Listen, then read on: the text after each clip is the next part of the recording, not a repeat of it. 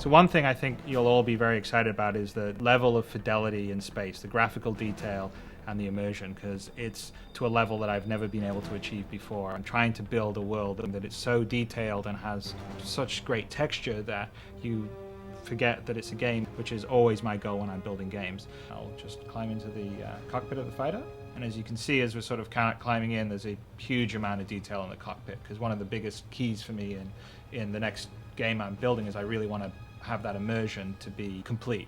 And we're going to do a lot of things that will really push that. Everything inside the cockpit operates and moves and works. If I look around the cockpit, you can see the displays, my hands on the throttle, my hands on the joystick. The whole idea is we're immersed fully in a cockpit that's fully rendered in 3D. So if you issue a command, you hit a button, you'll actually see your character doing the cockpit. It's all for the immersion.